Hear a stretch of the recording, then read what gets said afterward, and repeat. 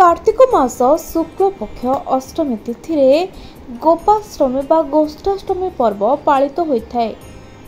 एही दिन प्रातः कालरू स्नानादि नित्यकर्म सारी गोमाता को स्नान कराइबा परे जल अक्षत शस्य वस्त्र भोग धूप दीप दे पूजा करा जाए। एही दिन गोपालकंकर पूजा करिवार विधि रही। ब्रज संस्कृति रे एही पर्वर विशेष महत्व रही। गोमाता रक्षा करिथिबा हेतु भगवान श्रीकृष्ण नाम गोविंद। गोमाता पूजा करने सह सेमानकु घास अर्पण करबा परे सेमानकु चारि पाखरे परिक्रमा कले समस्त मनस्कामना पूर्ण होइथाय बोली विश्वास रही। संध्या समय गोमाता पाद धूली मस्तक लगाइले सौभाग्य प्राप्ति होइथाय। पौराणिक मत अनुसार कार्तिक शुक्ल पक्ष प्रतिपदा ठारू सप्तमी पर्यंत गाई गोप गोपी मानक रक्षा निमंते भगवान कृष्ण गोवर्धन पर्वत तोली धरिथिले। अष्टम दिन देवराज इंद्र अहंकार भंग होइथिला। से भगवान कृष्ण शरण पशिथिले। गोमाता कामधेनु भगवान श्रीकृष्ण अभिषेक करथिले। सेही दिन ठारू श्रीकृष्णकर नाम गोविंद होइथिला।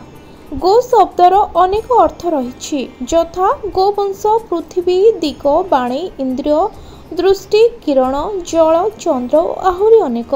सृष्टिर सबुठारु उपकारी प्राणी हेउछि गोमाता। द्वापर जुगरे स्वयं भगवान कृष्ण गोपाल भावरे अवतार नहीं गो महिमा को प्रचार करिसंती। भारतीय धर्मशास्त्र रे गो महिमा और उपासनार वर्णना अनेक रही।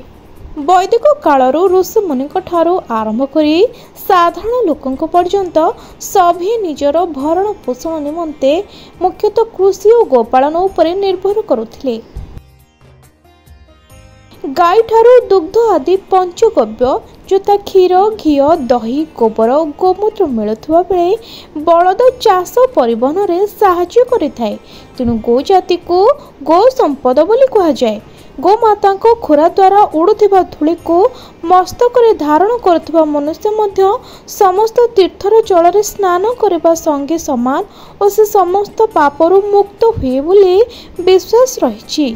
तेणु एही समस्त कारण पाई कार्तिक मास शुक्ल पक्ष अष्टमी तिथि रे गोपाष्टमी बा गोष्ठाष्टमी पर्व भारतर प्राय सबु अंचल रे पालन करा जायथाय।